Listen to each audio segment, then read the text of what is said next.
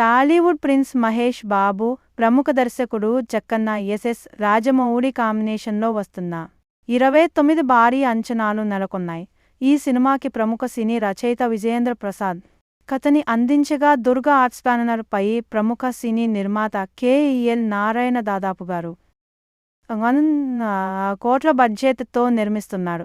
అయితే ఇప్పటికే జక్కన్న ఈ సినిమా షెడ్యూల్ కోసం ఒడిశాలోని దేవమాలి, తోలోమాలి, కోలాబ్, పుట్సీల్ ప్రాంతాలలో జక్కన్నకి shooting locations, shooting spots select చేశాడు.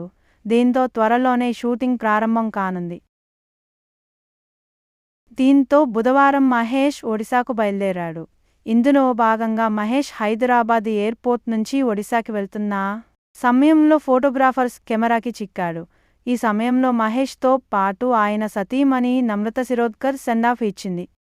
అయితే ఒడిశాలోని కోలాబ్, పుట్సీల్ ప్రాంతాలలో 4 రోజుల పాటు షూటింగ్ జరగనున్నట్లు సమాచారం.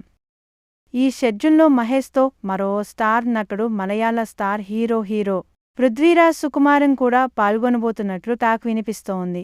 ఆర్ సినిమాతో భారీ హిట్ అందుకున్న డైరెక్టర్ ఎస్. రాజమౌళి ఈసారి 29 గ్లోబల్ హిట్ కొట్టడానికి తీవ్రంగా శ్రమిస్తున్నాడు.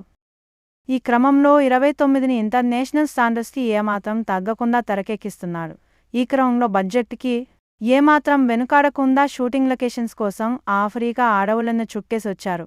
ఇండియన్ సినీ చరిత్రలోనే ఇప్పటివరకు ఏ సినిమాకి లేని విధంగా రూ. 1 కోట్లు మించి ఖర్చు చేస్తున్నారు.